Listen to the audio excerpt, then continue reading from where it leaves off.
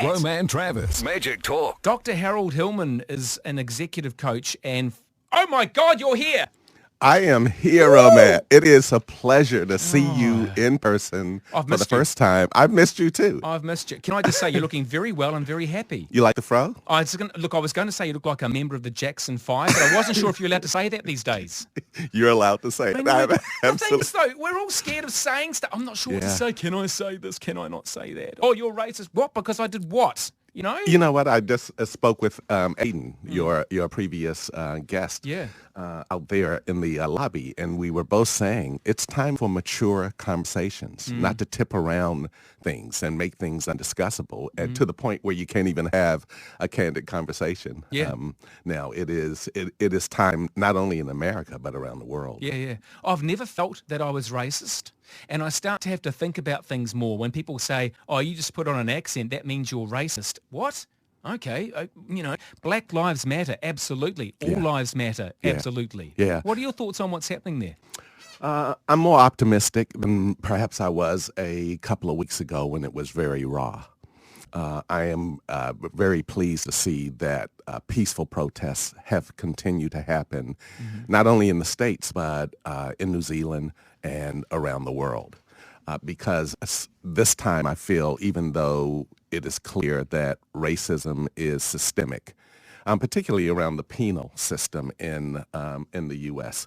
I heard an interesting statistic. There's a Netflix documentary called 13th, and it highlights the 13th Amendment, which, of course, ended slavery.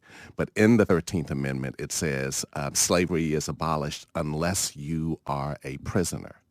And then it is compelling, this documentary, which then says that states, this was back, of course, in the 1800s, then began to focus on black men to put them in prison, where slavery could be maintained. And it is just compelling, and it really speaks to the whole notion of how deep it is.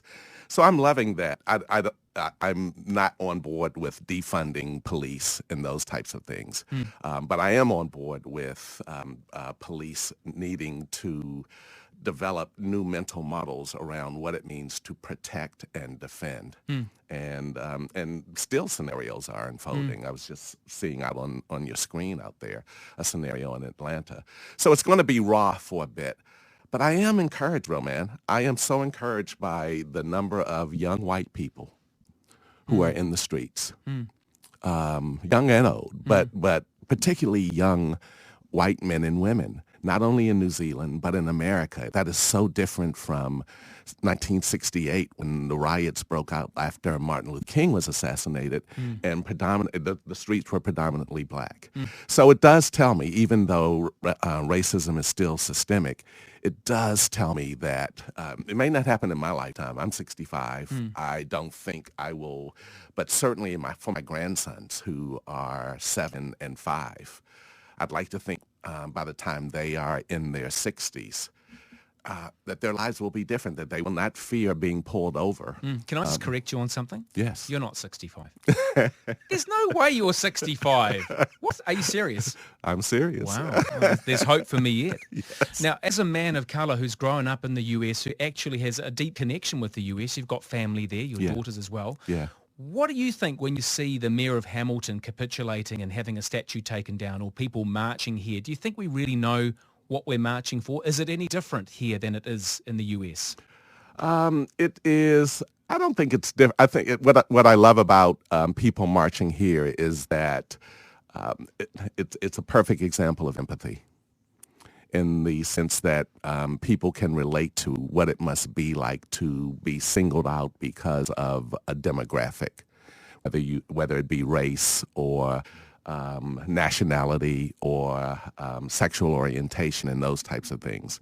And I just think the world is, in 2020, even though this will be the most memorable year for many of us, I just think the world is making a statement now collectively that we've got to be better. We have got to be better about it. So no, I think I feel it as a visceral connection. I felt it 2 weeks ago when I was on Queen Street with thousands of people marching to really just make a statement. It makes a difference for black people in America and around the world, for white people to come out of their homes and stand with them. Racism is racism. There's not qualities or quantities or definitions or subgroups, but is it different here to what you're seeing in the US?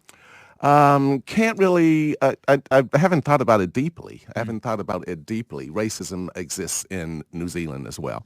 I've had a better experience than some migrants who have come to New Zealand. I've been here 17 years, and I came over as an executive with Fonterra. So my entry into New Zealand was a lot smoother than people who really have to sort of walk around and push through obstacles on the ground, if you will. So we aren't perfect in New Zealand by any stretch of the imagination. In fact, we have a long way to go. In 2050, New Zealand is going to be a very different country demographically. We still struggle sometimes here on that front of diversity and inclusion. We're still struggling with gender. Many countries have gotten beyond that and the whole notion of race. We are going to be a multi-racial country in 2050 in a very different way than today. So we have to push into it here as well.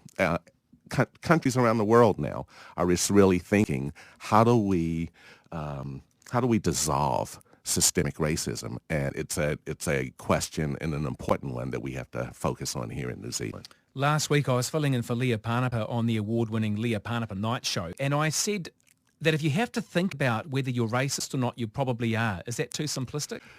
I was talking to a dear friend and mentor. Her name is Charlotte Roberts. She lives in North Carolina. She's a white woman. She's 74, I think. And Charlotte said she's been putting her head around the notion that it's not good enough just to say I'm not racist. You have to go a step further and say I'm anti-racist, because that is action. It's in that sense of empathy, head, heart, and hands, or action.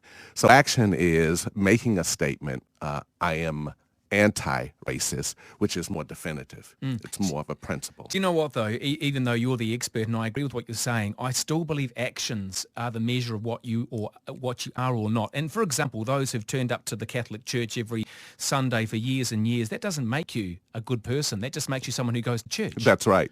That's right. Actions speak louder than words. Yeah, actions absolutely speak louder than words. And so now is a time, and this is what I've been particularly pleased about, now is the time for people to, I got a LinkedIn message from someone I've never met before. He's a white guy who wanted to know what he could do to make a difference. And we, the LinkedIn exchange went back and forth. And then he wrote me a couple of days later and said that he had sat down with his 11 and 10-year-old kids, his son and daughter, and they had an hour-long conversation about racism. And I wrote him back and said, you've moved the dial. You've moved the dial. You don't necessarily have to come out on the streets, but the fact that you sat down with your kids and explained to them what racism is and why it's detrimental to humanity was powerful. And so people are just searching, they're soul searching in terms of how to make a difference. You say you've had a smooth entry into New Zealand with Fonterra. No doubt it was smooth, fat-free, and all the dairy acronyms I can't think of right now. But did you see aspects of racism or prejudice? What's the difference in the workplace when people are chosen for reasons other than expertise? Yeah, look, it's in the whole realm of diversity and inclusion, there's this notion of unconscious bias, which means that at a subliminal level, we tend to select people who look like us, who think like us, and who will get on board and fit in very quickly. For many people, it's not conscious, and hence the whole notion of unconscious bias. But it's time now to really get across that, not only in society, but in the workplace in terms of diversity and inclusion. It is a mindset. There's a committee at work which is a diversity and inclusion committee, and I think, do you need to have this? You probably do, because there's too much stuff that's left out, and people do get overlooked. Often in big corporations, there's a lot of favour put on someone who, what am I trying to say here? I think a lot of managers just have inbuilt prejudice, perhaps, that they're unaware of. Yeah, it is. I'm happy to see inclusion added onto that word diversity, because 30 years ago it was all about just ticking the box. Let's get a couple of black people. Let's get a couple of women. Let's get a couple of Hispanics in the States, and we will tick the box. But inclusion is deeper. It's actually going the extra mile. Inclusion is an example of what I would call compassionate empathy, in the sense that we are going to make it easier for you to be you. The whole thing around workplaces has changed a lot now too. We need to be more inclusive. We also need to be more flexible. Is that something you've seen taken on more so these days? Big time, big time. It is now a reality in most companies. I liken it to the genie being out of the bottle. And once the genie comes out of the bottle, it's hard to stuff him back in there. The genie is not going back in the bottle. No. The genie is sitting at the leadership table now and basically saying, we are now going to work differently than we ever had before. Dr. Harold Hillman from the Sigmoid Curve Consulting Group. Let's talk about this more next time, because we didn't get very far, did we? It was great. I love it. By the way, thank you very much, Harold.